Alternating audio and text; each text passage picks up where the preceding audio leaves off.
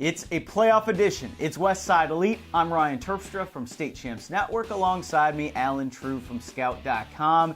Alan, the pairings have been released. Everybody's doing their little bracketology for high school football, and we've got some pretty sweet matchups to talk about coming up. This is the best time of the year, and I know people say that about March Madness and other things. For me, this is the best time of year. Looking forward to it. We're going to start with the divisions and just kind of walk our way down and talk about some interesting pairings on the west side of the state. And we'll actually start with Division II, where a district form that we thought might form, Muskegon-Mona Shores, actually has a very interesting first-round matchup with Forest Hills Northern. Muskegon gets an undefeated Traverse City Central. That is a pretty tough division, and it looks like Shores and Muskegon might see each other again. Well, like you said, they both have tough first-round games, so they can't look ahead too much to each other. As a whole in the state, Division II might be the most competitive division of all, with some really good teams on the east side of the state waiting for whoever comes out of this scrum over here. Forest Hills Northern goes into the playoffs off of a big win against Eastern, so they have some momentum going in.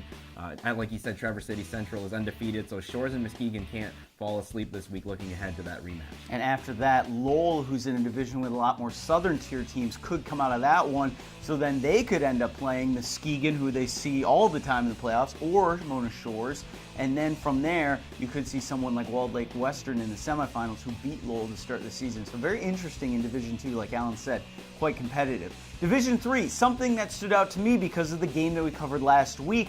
Portage Central's undefeated season was ruined by St. Joseph, and St. Joseph gets an interesting draw because possibly in the second round, undefeated Edwardsburg is there. And for a southern tier, that's a pretty competitive division as well, Alan. And then if you come out of there, you have undefeated Coldwater as well. But we just mentioned Forest Hills Northern going into the playoffs with some momentum. St. Joseph's the same way. People, I think, as soon as Corey Malone-Hatcher went down with an injury, how are they going to cope with this? A lot of guys have stepped up. They have really good playmakers on the offensive side of the ball, and I think right now the Bears are a trendy pick, and I think that's for good reason. And they love this show too, so we appreciate your support there. So a little bit more love for the St. Joe's Bears, and great win last week against Portage Central. Moving on down to Division IV, we were kind of looking through the brackets because Zeeland West, typically a Division III team, is now down to Division IV. Grand Rapids Catholic Central's down there. Forest Hills Eastern is down there. So could be some offensive shootouts in Division IV. And you have a couple of teams there that can put up some points on the board. Forest Hills Eastern the same way. I think it's going to be how quickly can they bounce back from that loss last week, but they spread it out. They may face up against the Zeeland West, who runs their wing tee as good as anybody out there. They're built for the playoffs because of that, and I think that's why a lot of people have the Ducks going all the way right now.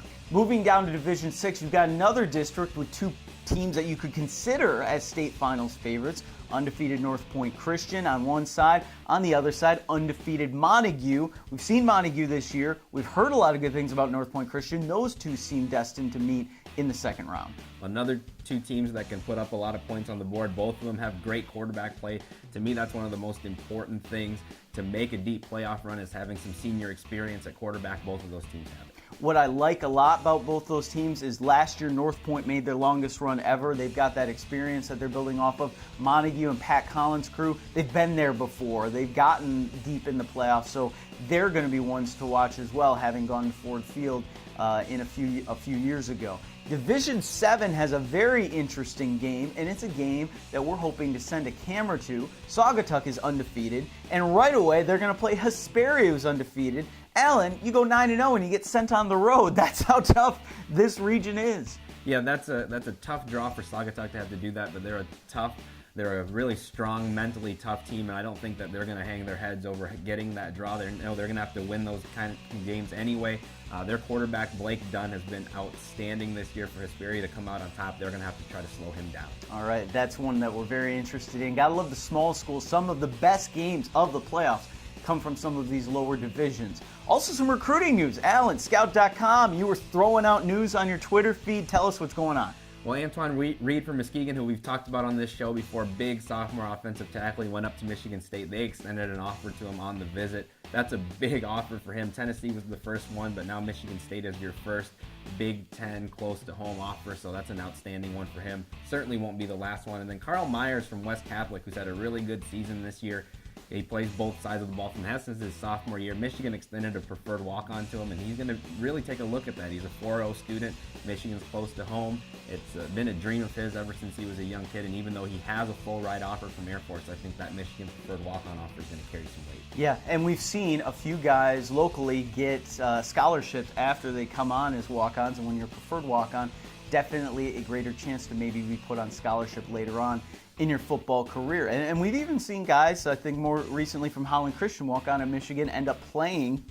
So that certainly has some precedent from the west side of the state. If you want more recruiting news, just head to Twitter, find @AllenTrue. I will be doing my best to keep you up to date with the playoff pairings and things as well. So follow me @Terp himself. StateChanceNetwork.com. We're posting playoff predictions and even projected finalists. If you want to hear what Tom Markowski has to say, Division I and Division II has been posted already, and he'll be walking his way through the other divisions. So head to StateChampsNetwork.com. We are Westside Elite. We will be staying with you for the next couple of weeks, so tune in with our thoughts on the high school football playoffs, and thanks for the download.